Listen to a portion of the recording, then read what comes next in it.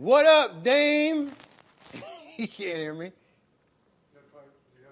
Yeah, I can hear you now. Oh, you can hear me? What up, brother, man? What's going on? How you doing? Good, man. I'm glad you could come and make this, man. We're going to have a good time. I got a surprise for you, too. You got a surprise for me? A good surprise. Okay. Yeah, a cool. good surprise. I ain't a big surprise person, but if it's good, I'll deal with it, man. I know I didn't want to scare you and say I had some kind of crazy surprise, but no, this is a good one. You're going to like this one. Cool. Cool. You guys worked out this morning? Yeah, we had practice. We got practice smoked this last morning? night, so they put us in the gym today. Oh, damn. All right, we're going to have a great time. It's going to be good. We ready to start? Yeah, we're ready to start. Great basketball players seem to score effortlessly. Some have limitless range. Curry steps back. Very few have the entire package. Today I'm going to spend a little time with one of them that has the entire package. 71 for Damian Lillard. It is Dame time on NBA Rewind with Ahmad Rashad. You are a Rookie of the Year, 7-time All-Star, Olympic gold medalist, the Portland Trail Blazers all-time leading scorer, and a member of the NBA's 75th anniversary team. That is a lot of hardware for a kid from Oakland. It is. It is. You know that the thing that I'm surprised by, none of it surprises you. I've always been somebody that just had that belief in myself. And from the moment, I played in high school and, people didn't view me as one of the top players even in Northern California, but I did. And, even when I went to Weber State, not a lot of people felt like, it was a school where I would be able to go pro. And, some people encouraged me to transfer and, look other places. But I never had doubt that I would get to this point. And, once I got to that point where it was like, all right, you're gonna be able to enter the draft and get picked, I started talking about, being Rookie of the Year and, everything that I wanted to do as an NBA player.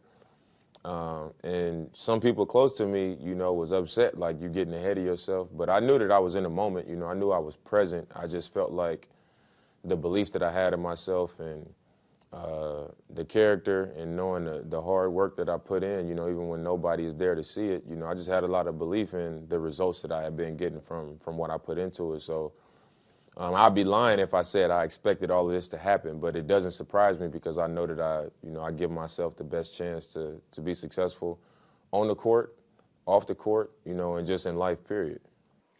It is a thing about Oakland. Seeing that I'm from the West Coast, I understand what that whole Oakland thing's all about. I had a guy that was talking about you, and he called you cat quick, graceful, brimming with the kind of bold brio that is a hallmark of his native Oakland, California. Now, I had to go look up what that brio thing was, and it came out exactly the way I feel about Oakland, because brio it means enthusiastic, vigor, and style, having a bold spirit or courage, and that is the hallmark of Oakland, California.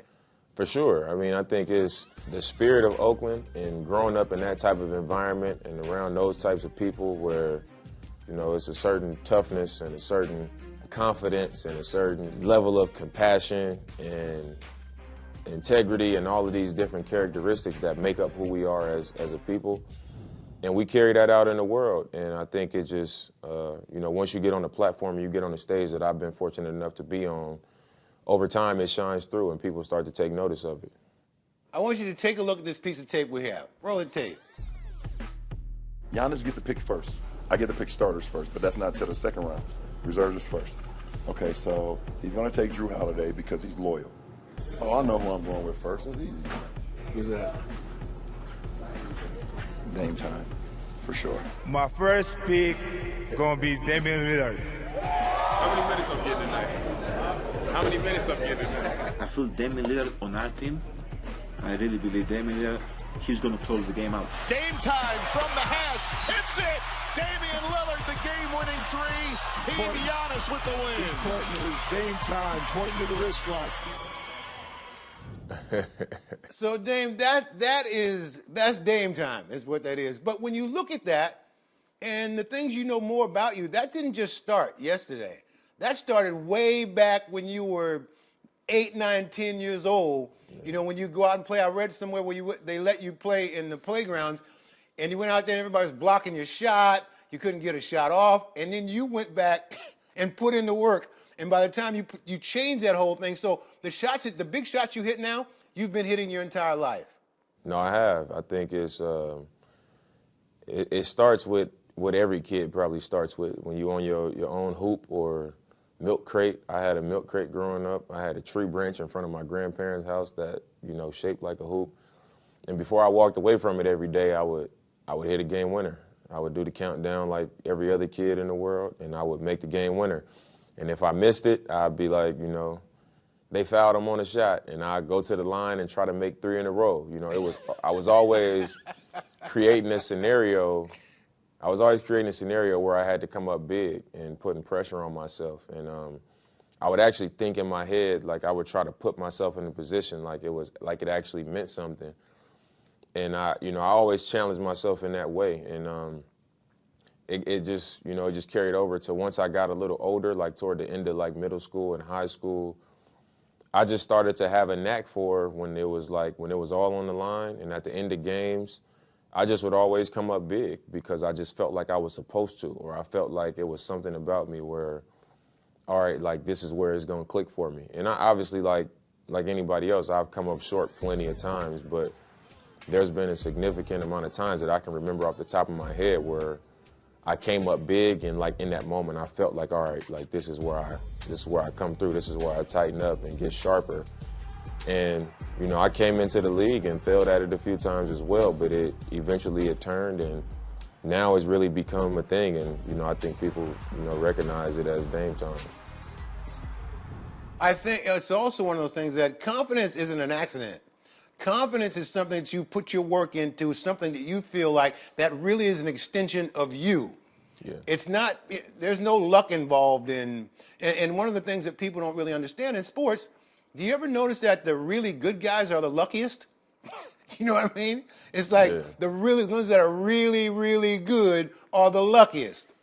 That's true. I never heard it put that way, but that's definitely a fact. I think for me, is some people are really confident when it's going well, and then when it's not going really well, and it's a true test of how confident they are, you like, man, I don't know if he's really believing or his confidence, he's not doing things with confidence right now. I even think of it that way in my childhood, where I grew up in a family with a bunch of cousins, you know, where everybody played football. And, you know, in front of my grandparents' house, my brother would be playing junior midgets and my other cousin would be playing midgets and I was junior peewees. And they just put us all out there together. You know, we would be having to hog drills, get up, hit each other, and we raced each other. The age didn't matter. None of those things mattered. Who was older, who was bigger, none of those things mattered. But it was like the best was expected out of you in every situation. Baseball, flag football, boxing, racing. Racing bikes, it didn't matter. It was treated as if it was an even playing field, even if it wasn't. So when you take enough bumps, the expectations are high enough, you fail enough, and you just keep going at it, eventually, you know, you're just going to be built like that. And it's going to have carryover in life and in whatever you do as a job or in whatever profession you choose. And I think all of those things mixed with my experiences as a pro in college and all of those things make up my true confidence, you know, and it's why I have the kind of belief that I have. One of the people that sort of helped you with that confidence when you were younger was your brother, Houston. Yeah. And Houston joins us now to join the conversation so we can kick it around like that. Houston, you there? Oh, there he is. There he is. So I told you it was going to be a surprise and a good one. Yeah, for sure. You threw me off with that one. I wasn't expecting that. Surprised me too. Yeah, it amazed me when I see some of the things that you guys did as kids. Like one of the things was your father, the tree that you had that you used to shoot and pretend like it was a basket, you came home from school one day and they chopped the tree down, which made you almost go crazy, from what I understand. Your mom thought you was going to have a breakdown just because the tree was gone, right? And so then, was it your grandfather that went and got the milk bucket? Yeah, and my put grandfather. and put another basket up? My grandfather, Your yeah. grandfather. And so then you guys, right, so you guys played one-on-one forever and ever. I saw one time, you guys said that if you shot the ball with a car going by and it went in, that was worth 10 points. It was like if you shoot over a car. We used to play a game called curb where you stand on both sides of the street and you got to shoot and the ball has to hit the curb and bounce back in the street. It was like the rounded curve. And if it hit that and bounced back into the street, that's a make. And then that'd be 5 points. And if you shoot it over a car and then it bounced back into the street, that's 10. So it was like we used to create all types of games and do all type of stuff like that. How many points is it if you shoot over a truck? Oh, yeah. How many points if you go over a truck? Over a truck, what that was, 20? It's a 20 piece. We used to play to 100. That's crazy, bro. We had too many rules. Also, this wrestling thing. The wrestling thing, you guys were big time into the wrestling. So, Houston, seeing that he was your little brother, you probably used to beat him up a whole bunch. See, I did used to but he beat him kept up a coming lot. back.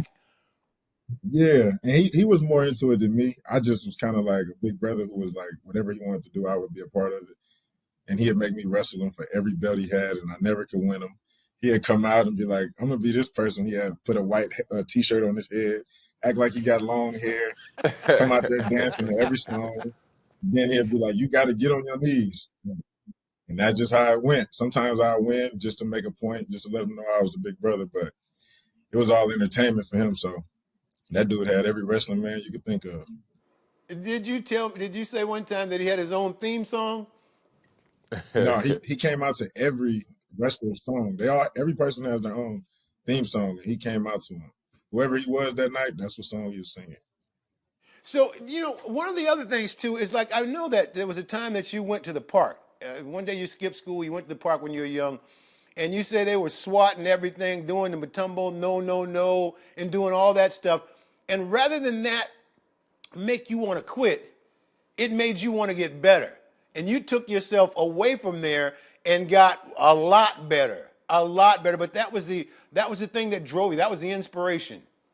I mean, I had a lot of experiences just where I would be playing with my brother or playing with my cousin, and my dad would be like, they're not allowed to block your shot. And, my dad would tell him, don't block his shot, let him shoot and stuff like that. So, I was used to playing by a certain set of rules at home.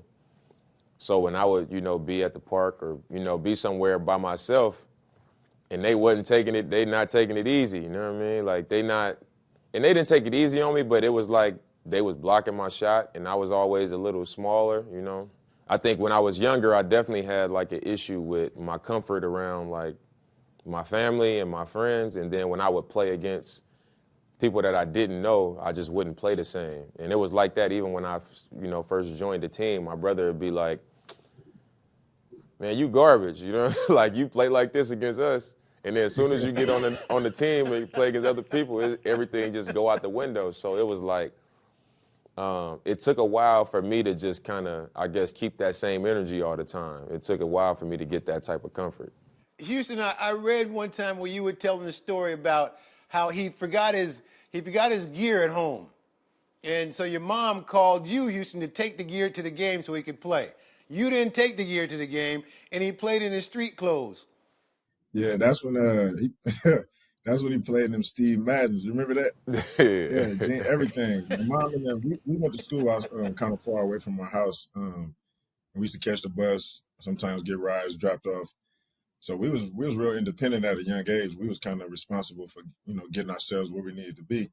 And my mom would always call me because my school was down the street and be like, Damian need this. So when I had a car and I was trying to do what I wanted to do, I was tired of doing whatever they wanted me to do for him. So he didn't have it and I didn't bring it. I probably found it and just didn't want to take it. But he ended up, I think he probably had like 40 that game. I don't even remember, but I for sure played in some Steve Maddens though. He said you remember the Maddens. Were your feet hurting when you finished? I mean, my toes was definitely, that's probably why my toes look how they look now. Oh man, but it had to be it had to be a beautiful thing, Houston, to watch him go from, your little brother that was outside shooting basket. Oh, and the other thing about the basket. So when your grandfather put the basket up, there was no backboard. It was like a pole behind it, so you couldn't shoot a shot that bounced off the back and went in. There's no telephone pole. It was like straight over there. It was no backboard. Yeah. So do you think that's where your sharpshooting comes from? Those days? It definitely made it harder. Like you had to shoot basically a perfect shot because it was nailed to like a round telephone pole. So, like I said, it was no backboard. It was, you got to shoot it straight in. And I would definitely say that's where I really started to shoot the ball better because I was always working on pull-up jumpers and deep jumpers from across the street and stuff like that. So when I think about it, I could definitely remember when I started to, really shoot on a milk crate like that, I started to shoot the ball better, like especially when I was in the gym. When we talk about that, we were talking about earlier about the confidence thing. It all started there then, didn't it? Because Houston was saying when we first started and went out there, it was a little bit different. But when they do that to people, you either go away or you come back and you're much better than you were at the time you left. You're not going to quit. That is not going to happen. You're just going to get better. Yeah. And that's sort of an Oakland way. Yeah. I mean, that's Oakland. No, for sure it is. Like I can think of times where like I would just shoot so many pull-up jumpers like off my left hand, which is probably why I love to go left now. I would shoot so many pull-up jumpers off my left hand, and it would be dudes, just around the neighborhood walking by, and when they would walk by, it would be like they would make a comment or whatever. They would try to guard me, and it was adults, they would be trying to guard me, and I would just automatically go to that left-hand pull-up jumper because I believed in it so much, but it was because I would be out there every day just shooting it over and over and over and over. So it's just experiences like that where you think about it and you just remember those moments where you was just building that confidence in certain stuff that, I still do today. Houston, earlier I mentioned that, we're talking about buzzer beaters. It's been my experience in my life that guys that have made buzzer beaters, they didn't just start making buzzer beaters yesterday. They've been making buzzer beaters for their whole life. It's not like, I'm taking the last shot in the game and it's going in. That's been happening over a long period of time to have that sort of confidence that Dame has. You can tell when he takes it. That ain't the first time he ever took that shot. He's been doing that for a long, long time. And that's sort of a wonderful thing to watch, the way he's come to this, starting back when he was 8 years old, when it was a little bit of a battle at that point. No, I mean, I think for him, it's one thing we always did all our life is we never leave a court without making a shot. And then it's like, even after that, it's like I heard him when I jumped on talking about the countdown, kind of imitating the game-winning shot. Like we sometimes we go there and do that for 30 minutes. And a lot of stuff, as we get older, we talk about like being connected and belief and all of that.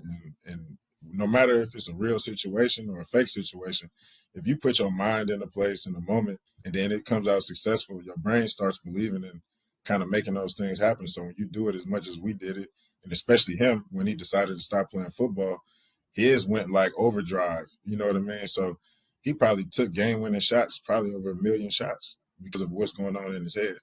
So I think just that thought process and turning into a physical movement, it makes it natural. It's something that becomes normal. Something that becomes normal. It's not something like, whoa, I made it. No, I knew I was going to make it when I shot it. Yeah, you almost like it's like you dream about it. It's like deja vu. It's kind of weird. Yeah, it's definitely expected.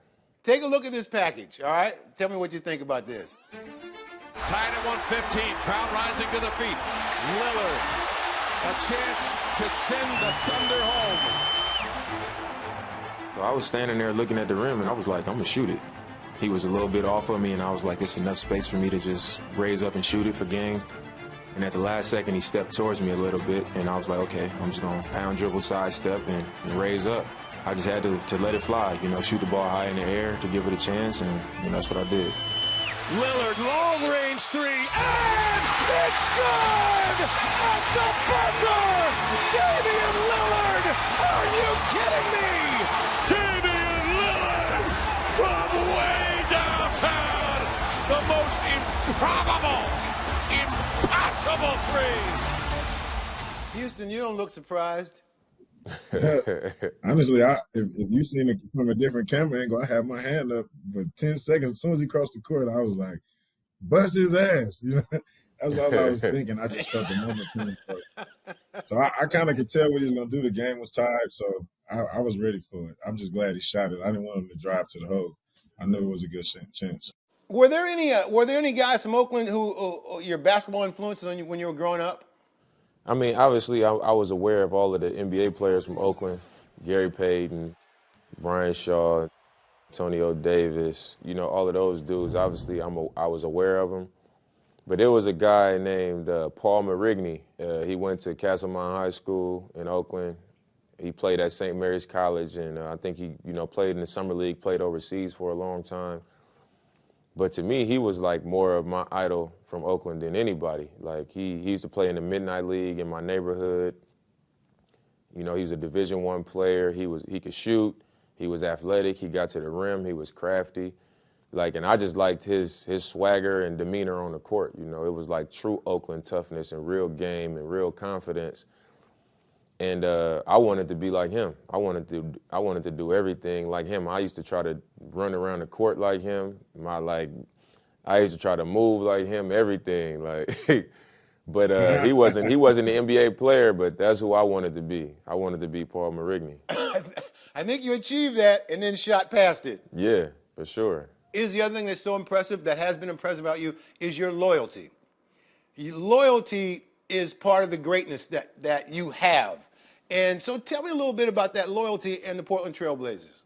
I mean, I think a lot of people are like, man, they not winning. You know, he'll never win in Portland. And, you know, he's being loyal. You know, and I think they use the word loyal, and they think about it in a way where in professional sports it's business. You know, teams trade guys all the time. Teams move on from guys all the time. But I've tried to stress the fact that, you know, the loyalty that I have is ultimately to who I am as a person and, you know, the way I was raised and the way things have always been done, you know, in the environments that I come up in. And that's just not to run from that challenge. You know, people make fun of, you know, run from the grind and, you know, all of these types of things. But I think right now in the league is so much parity. It's like anybody can get it done. You know, you're never that far off.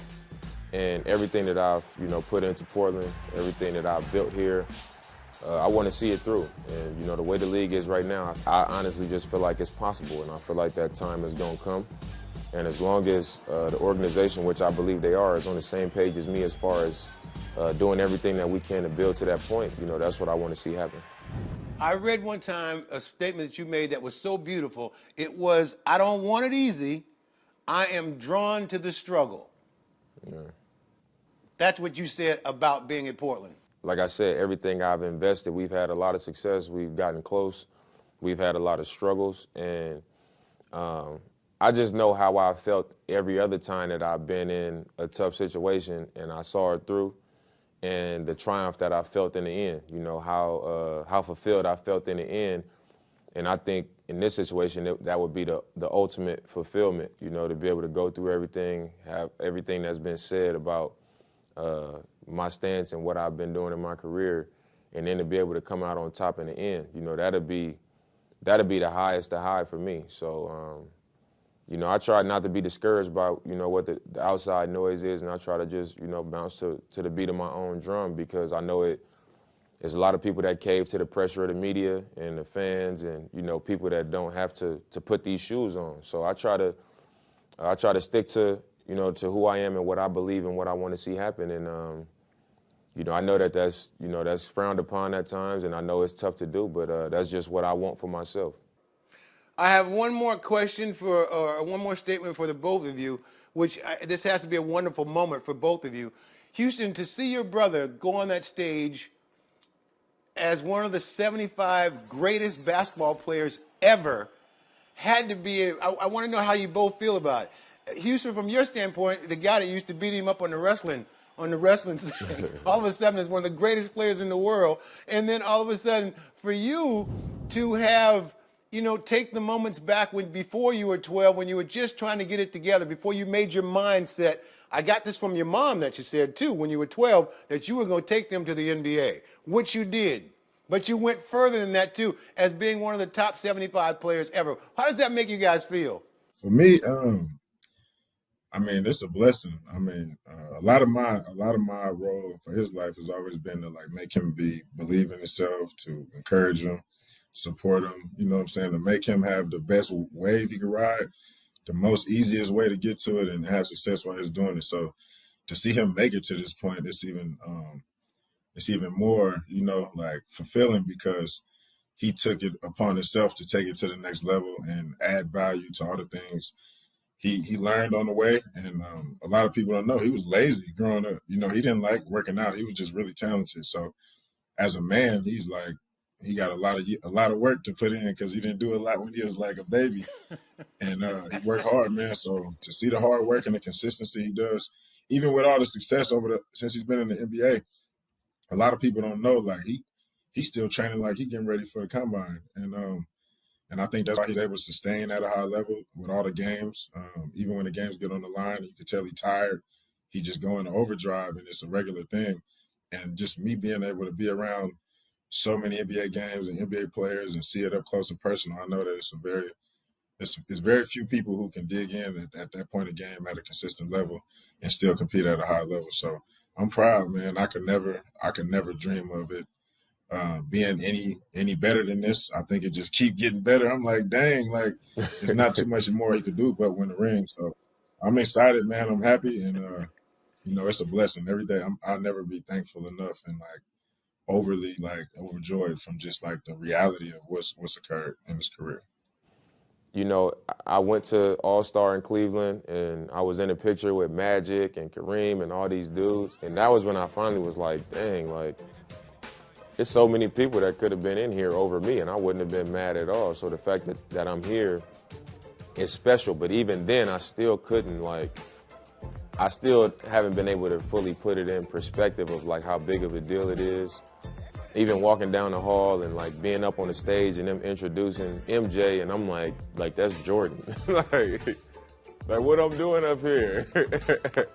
I'm seeing Jordan walking in. I'm up here on the stage. I'm like, this crazy. So I can never put it in perspective until, it'll probably take some time. I'll probably be done playing before I really realize it. But as a kid, everybody talks about where they come from and, the struggle and all that. And we had, great parents. We was well taken care of. We never wanted for nothing. But I think we just ultimately come from the struggle. We come from hard times where, it'd be great sometimes, and then it's not great sometimes. And then, you got lunch money, a lot of $20 today, and then, in a couple of months, it might be $4. It was just it was the grind for real. And, the environments that we grew up in, some of the stuff I witnessed and been on the bus with certain people, and the stuff that I've been around is you only know if you know and if you experience it. And that was ultimately what gave me the drive. I saw my mom getting up to go to work at 4 a.m. every single day and coming home, to pick us up from my grandmother's house at, 5 o'clock after sitting in traffic and just sitting in her car for an hour just to wind down from the stress and not coming in the house. And, her eyes bloodshot red, going through it, sitting in the car with her hand on her head. You only know, like I said, you only know if you know. So just the drive came from that. And I told my mom, we gonna get there. And everything that I did from high school to college, I always was operating with that on my mind and on my heart. And I think when you really have that on your mind and on your heart, it take you somewhere else. Like Hugh said, I was lazy, but it got to a point where I was like, I don't have an option. And my trainer to this day, Phil Beckner, he told me one day when I was in college, he was like, some people want to make it, and they want to make it really bad, and then there's other people that have to make it. Which one are you? And I never forget the day he said that to me, because when I thought about it, I was like, I have to make it. Like, I have to. And from that point on, it was really nothing that was going to stop the motion. It was really nothing that was going to stop it. So we got to keep it in motion for our people. You know, it don't stop now. So that's kind of like, that's just what it is. That is so inspirational. It hasn't stopped. It will not stop. You have been such an inspiration to everybody. The story is absolutely fantastic. Hugh, it's very nice having you on too, man. I've really enjoyed this conversation, man. Thank you so much for coming on and hanging out with me. Appreciate you for having me. You my main man, Dame. Appreciate that. You know where that goes from, right? Yeah, I appreciate it. I appreciate it. All right, man. Thanks, y'all. All right, y'all. Peace. All right. That was great. I enjoyed that. Man, that was cool. That was a good surprise, man. I was not expecting that. Yeah, he threw me way off with Houston on there. I am not a surprise person, bro. That's crazy.